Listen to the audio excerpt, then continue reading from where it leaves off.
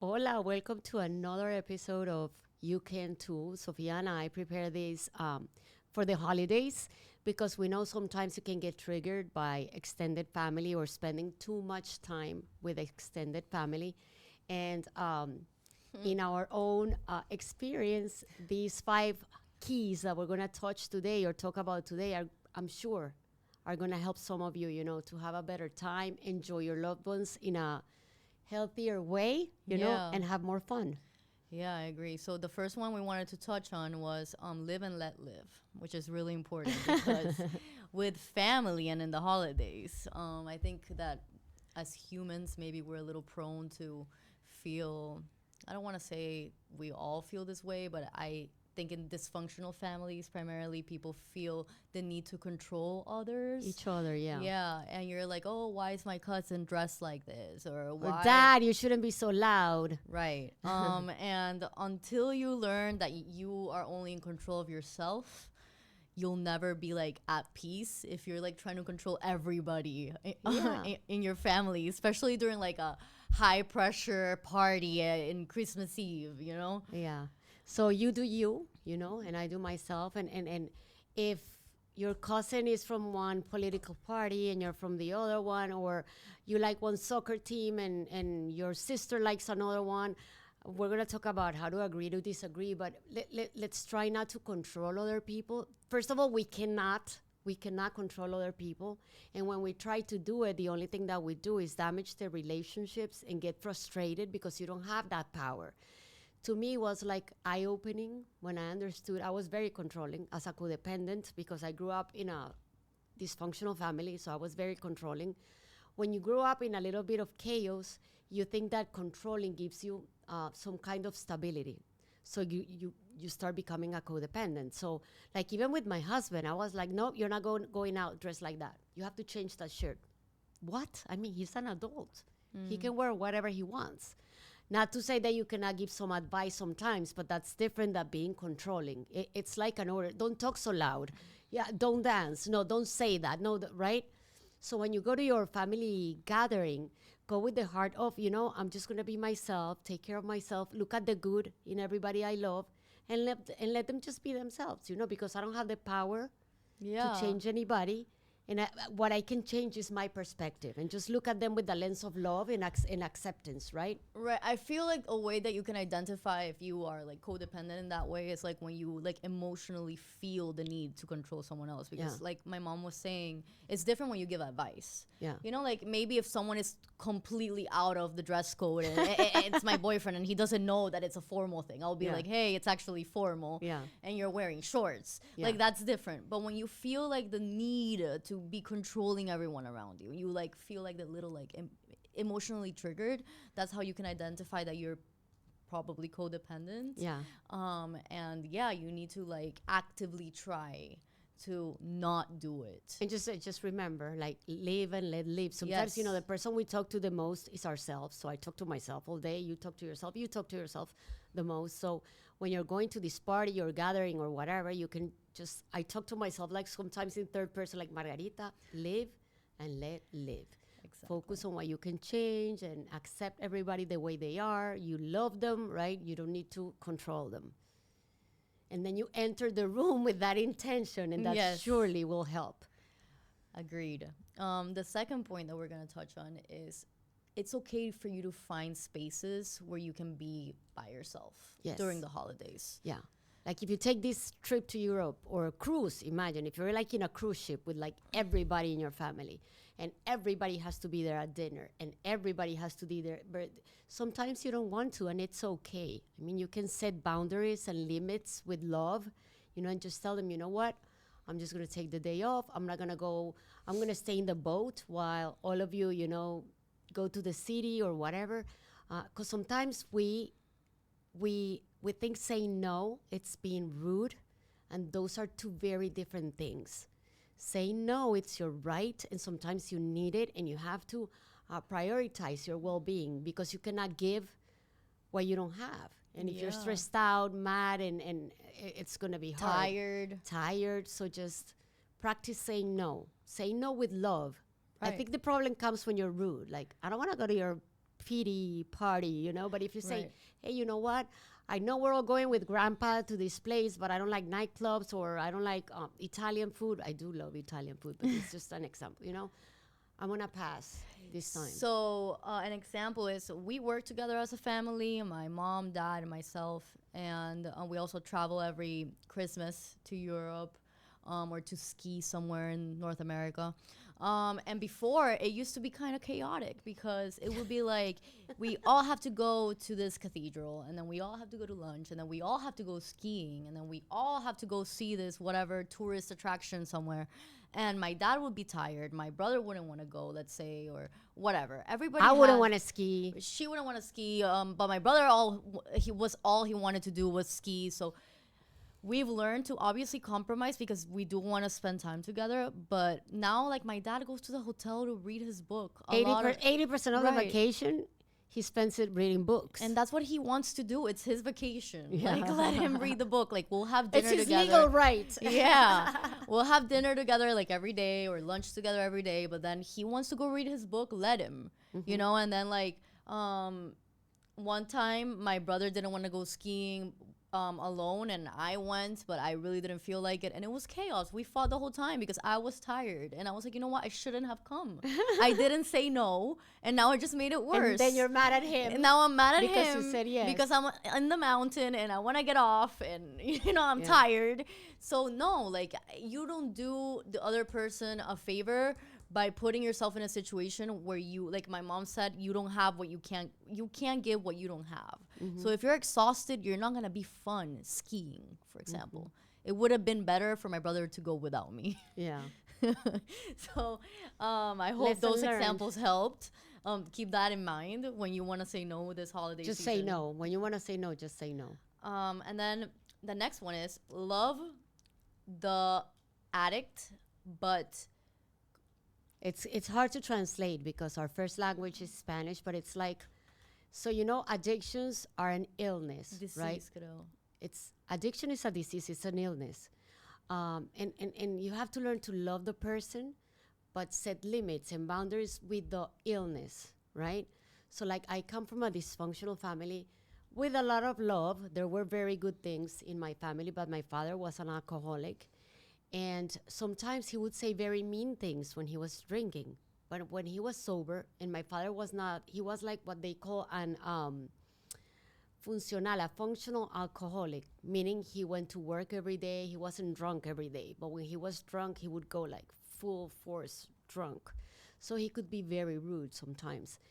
And as a little girl, you don't question, or you don't understand, oh, my father has an illness and that's not him. It's his illness speaking, right?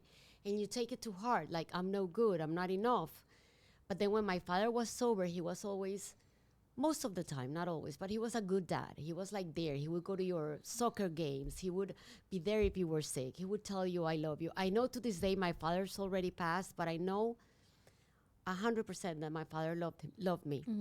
But when I was little, I suffered a lot because I couldn't understand the distinction that when my father was drunk, he had an illness, because he totally changed. He turned into another person until I started going to Al-Anon and started learning about, addictions and how Al-Anon are groups for family members of alcoholics. So if you have somebody with alcoholism in your family, I truly suggest you go to these groups. They're free, they're everywhere, they're worldwide. And I learned, that was not my dad speaking. It was his disease speaking, right?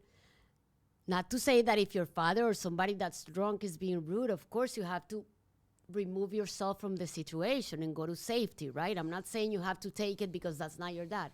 I'm just saying don't take it so personal, right? So when we come to these gatherings for Christmas, Thanksgiving, whatever, Hanukkah, sometimes, the addictions start showing up more because there's a lot of alcohol. Some people do drugs and are addicted to narcotics.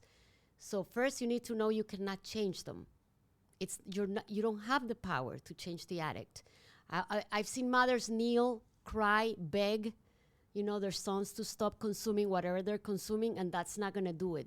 They have to decide they need help, but that's another episode, right? You just remove yourself from the situation and understand that when the person is acting under the influence is not the person you love. You know, it's their illness speaking and acting.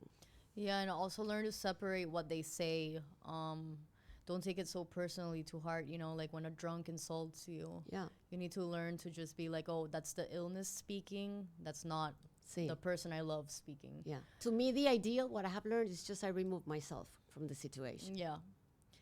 Okay. Fourth one is agree to disagree. I love that one. That's a big one right now. I think in family it's 'Cause the super world is so important. polarized. Oh my god, like in politics in the US, like I think it's crazy how It's sad. To me, it's sad. sad how difference of opinions in politics in the US can literally make people stop talking to their families. Not just in the U.S., but Not just in the US, but I see it a lot in the US, maybe because I live here, I don't know.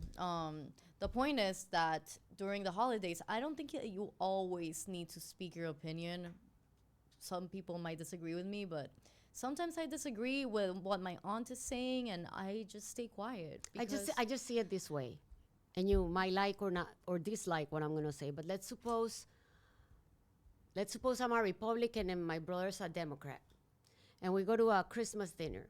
We have so much in common. We grew up together. He's my brother. We have the same blood. We love each other. You know, that's the one thing we don't agree.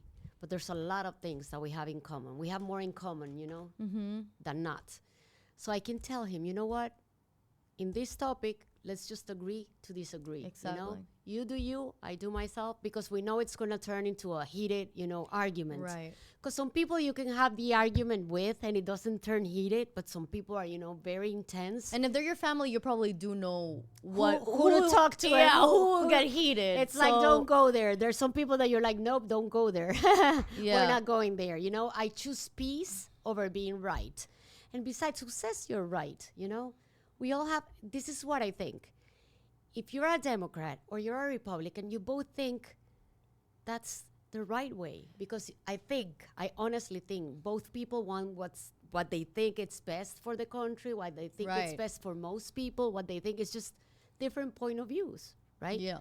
So if it's somebody you really love and care about, and you know it's gonna turn into a heated argument. And it's not just about politics, by the way. No, it could be sports. It could be religion. anything. Yeah. Anything. Sometimes I just stay quiet because you don't always have to like speak your opinion. Like maybe if it's like a life or death thing, you know, and people will be like, "Oh, but what about your morals?" But like I'm not talking about something serious here. I'm just saying like at the Christmas dinner It's a Christmas table. dinner. Why do you have to Right, have that why do you argument have, right there? Right, exactly. You don't have to have the And you argument right turn now. Fox News full force and the other one CNN. Yeah, so it's like, we don't have no, to do bro, that. it's Christmas dinner. You know, let's talk about Let's talk something about else. the little The weather. cousins, Yeah. the weather, how nice the Christmas Yeah. tree looks, like whatever, the presents. Yeah.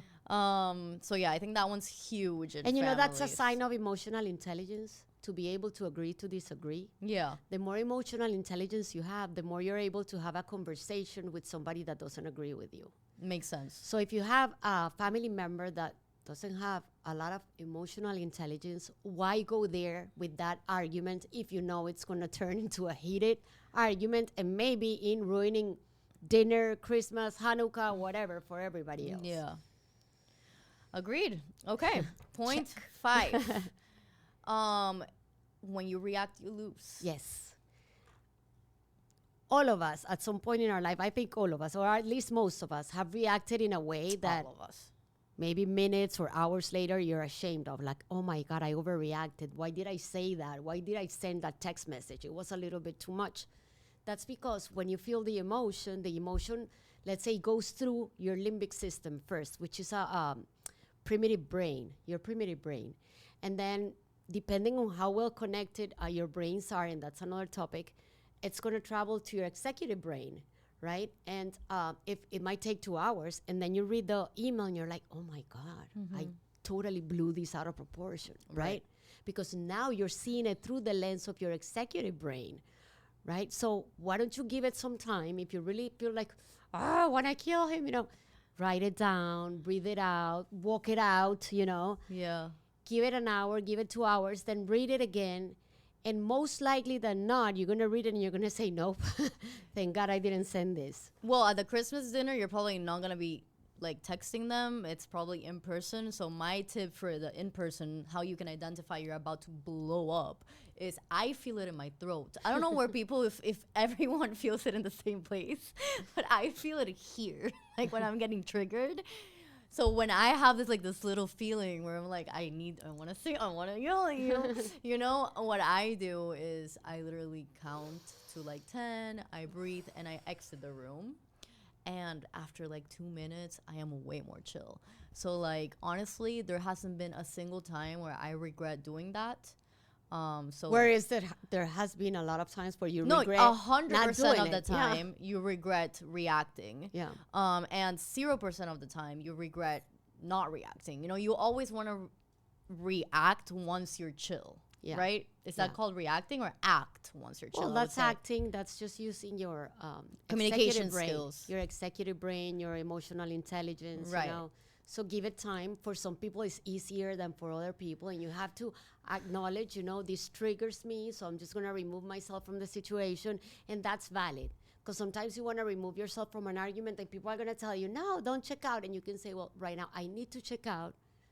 Because I have said this, by the way. Yeah. Because I know myself, and what's going to come out of my mouth, it's not going to be pretty. So I'm just going to leave, and I'll be back, and we'll resume the conversation. Yeah. Right? So, a lot of the time, these are tips that have worked for us and our family. Oh, yeah. We all go to therapy. We've all been through a lot. Learn from us. I mean, we're like the poster child, family the poster family. for a psychiatric clinic. Yeah, but we're the success story too. Yeah, we're a success story. We have overcome so much, and at the end it's progress, not perfection. Don't expect you to be perfect. Don't demand perfection from yourself, because you're gonna be sad. Don't demand perfection from others, because you're gonna be lonely. Nobody's perfect. The only thing we need to strive for is improvement, progress. And having said that, I want to clarify that it's not that we hate family or we're insinuating that family gatherings are awful. We love family, but we know these things sometimes happen when you spend too much time with too many family members. Right. So we thought it was good, to give you these tips that work for us. So we hope they help you. We hope that you practice them. Hopefully one of them resonated with you. Let us know in the comments if any of these tips resonated with you and how you're going to use them. And don't forget to subscribe. Oh, and we're having Margarita Pasos English in YouTube, Spotify, Instagram, TikTok, Facebook. Instagram, like everywhere, guys. Okay. So if you want to see more content like this, make sure to follow and subscribe, and leave us some comments with feedback or telling us what you liked about it. Thank you so much. And Happy Merry holidays. Christmas. Bye. Feliz Navidad.